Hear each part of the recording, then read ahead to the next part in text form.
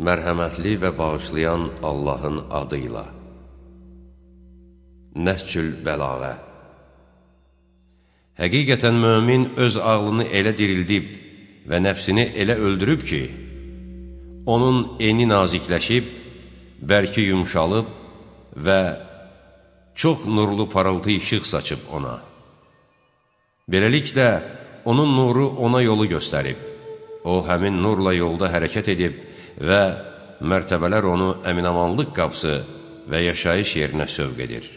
Həmçinin ayaqları bədəninin rahatlığı ilə öz qəlbini məcbur etdiyi iş nəticəsində və Rəbbini razı saldığı şey vasitəsilə təhlükəsiz və rahat yerdə möhkəmlənib. Allah sizdən onun nemətlərinin şükrünü yerinə yetirməyinizi istəyir və öz hökmdarlıq səltənətini sizin üçün saxlayıb.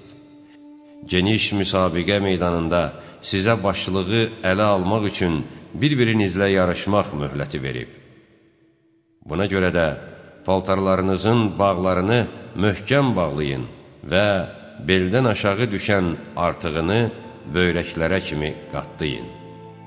İş fikrində olmaqla qonaqlıq bir araya sığmaz. Yuxu gündüzün qərarlarını necə də çox pozur və bir-birinə vurur. Qaranlıqlar necə də çox qərarların yada düşməsini zehinlərdən silir. Eyb və nöqsan sifətlərdən pak və uzaq olan Allah öz zikrini və onu yada salmağı qəlblərin cilası və nuru edib ki, onun vasitəsilə karlıqdan sonra eşidər, qaranlıqdan sonra görər, düşmənçilik və ədavətdən sonra itaətkar və ram olarlar. Nemət və bəxşişləri əziz olan Allahın həmişə bəzi zaman mərhələlərində və şərtlərin nişanələrinin itdiyi zamanlarda düşüncələrində onlarla gizli danışdığı və ağıllarının dərinliklərində söhbət etdiyi bədənləri vardı. Onlar çırağı göz, qulaq və qəlblərindəki oyaqlıq və sayıqlıq nuru ilə işıqlandırırlar. Allahın günlərini xatırladırlar. Onun əzəməti və böyüklüyü ilə qorxudurlar. Onlar çöldəki bələdçi kimidirlər ki, orta yol ilə gedən kəsin yolunu məhv edirlər və nicat tapdığı üçün müjdəliyirlər. Sağ və sol tərəfə gedən kəs üçünsə, yolunu pisləyərək onu məhv olmaqdan çəkindirirlər. Onlar bu sifətlərlə həmin qaranlıqların çıraqları və şübhələrin bələdçiləridirlər. Həqiqətən Allahı zikr etməyin öz adamları var ki, onlar onu dünyanın əvəzində götürüblər. Ticarət və alış-veriş onları ondan yayındırmır. Onlar ömür günlərini Allahı zikr etməklə keçirirlər. Allahın haram və qadağan etdiklərindən çəkindirən sözlərlə xəbərsizlərin qulaqlarında fəryad qoparırlar. Başqalarını ədalət və düzlüyə buyurur və özləri onu yerinə yetirirlər. Və yenilməyənlərdən çəkindirir, özləri də çəkinirlər. Sanki dünyanı sona çatdırıb axirətə daxil olublar. Oradadılar və dünyadan sonra olanları gözləri ilə görüblər. Elə bil ki, bərzəx əhlinin orada olduqları müddətdəki gizli hallarından xəbərdardılar və qiyamət vədlərini onlara sübut edib. Beləliklə, dünya əhlinin gözləri qarşısından həmin səhnələr üzərindəki pərdələri elə götürüblər ki, sanki onlar insanların görmədiklərini görür və başqalarının eşitmədiklərini eşidirlər. Əgər onları ağlınla bəyənilən məqamları və layiqli məclislərində təsəvvür etsən, əməllərinin hesab dəftərini açıblar və əmr edilib yerinə yetirmədikləri və ya çəkindirib səhlənkarlıq etdikləri hər bir kiçik və böyük iş üçün nəfslərinin hesabını aparmağa hazırdılar. Öz ağır günahlarını arxalarına yükləyiblər və onu götürməkdə aciz qalıblar. Ağlamaqlarını boğazda boğublar. Ağlayaraq, nalə edə-edə özlərindən sorğu-sual edirlər və təqsirlərindən peşman olub onları etiraf edərək özlərinin Rəbbinə ah-nalə edib fəryad qoparırlar. Hidayət nişanələrini və gecə çıraqlarını görərsən ki, mələklər onların ətrafına toplaşıblar. Onlara rahatlıq və xatircəmlik nazil olub və göyün qapıları onların üzünə açılıb. Onlar üçün Allahın xəbərdar olduğu yerdə şərəfli məkanlar hazırlanıb. Beləliklə, Allah onların səylərindən razı və məmnundur. Onların üsullarını bəyənib. Allahla münacat etməklə bağışlanma mehini hiss edirlər. Onlar Allahın fəzil və kərəminə möhtaclıq girovu və onun əzəmət və böyüklüyü müqabilində təvazökarlıq əsirləridirlər. Qəm-qüssənin çoxluğu qəlbləri və ağlamağın çoxluğu gözləri yaralayıb, onların Allaha meyl və rəğbət yolu olan hər bir qapını döyən əlləri var. İstəklərini o kəsdən diləyirlər ki, genişliklər onun yanında daralmır və istəyənlər ondan naümid olmurlar. Belə isə sən özün öz hesabını apar. Çünki başqalarının hesabını səndən başqa bir mühasib aparacaq.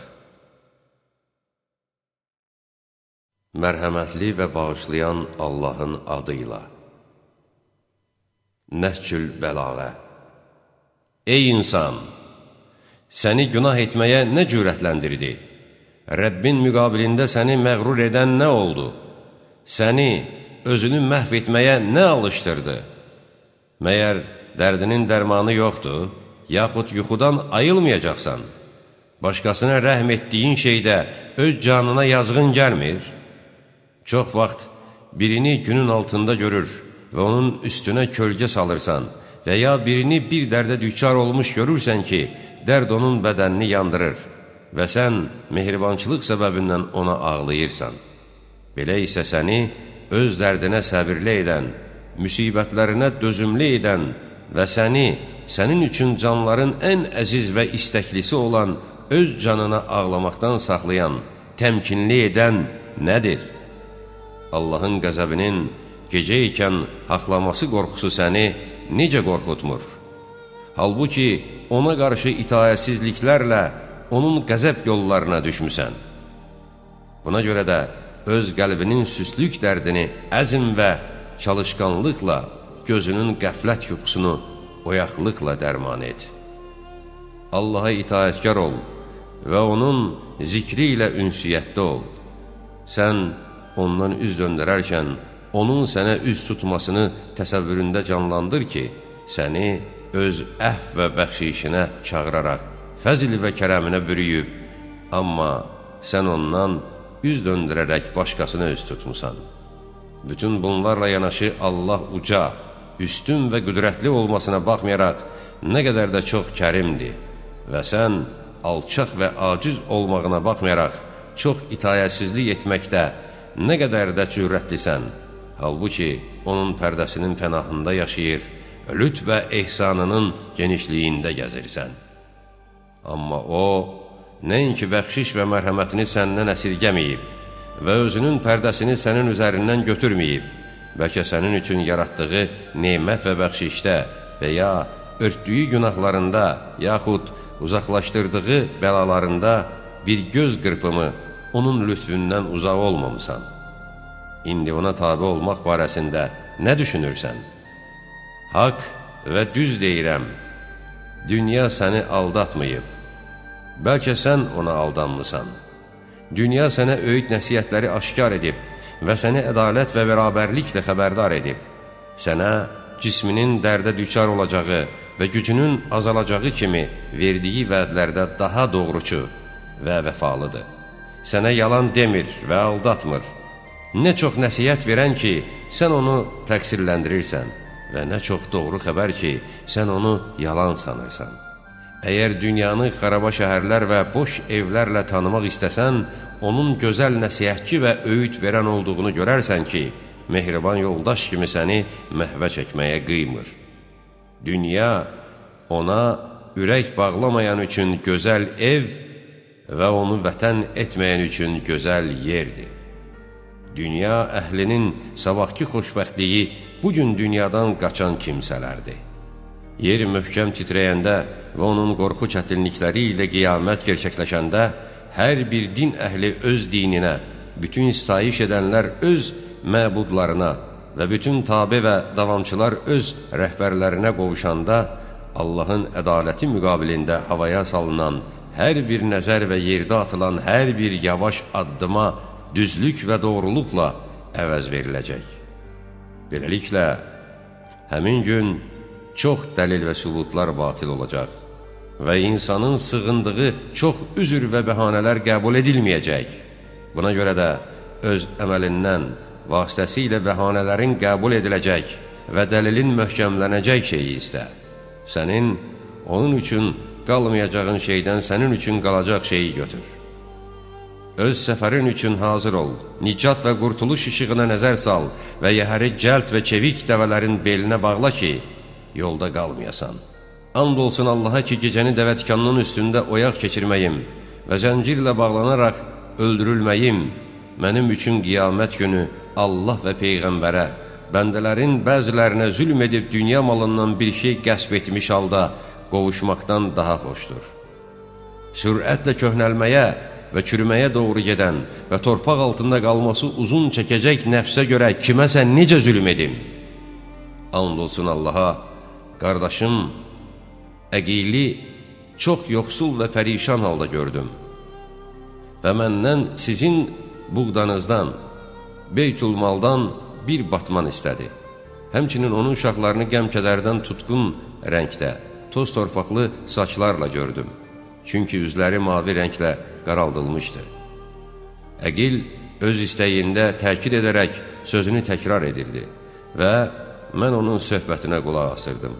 Güman edirdi ki, mən öz dinimi ona sataraq, öz yolumdan əl götürüb onun arxasınca gedəcəm. Buna görə də onun üçün bir dəmir parçası qızdırıb bədəninə yaxınlaşdırdım ki, ibrət götürsün.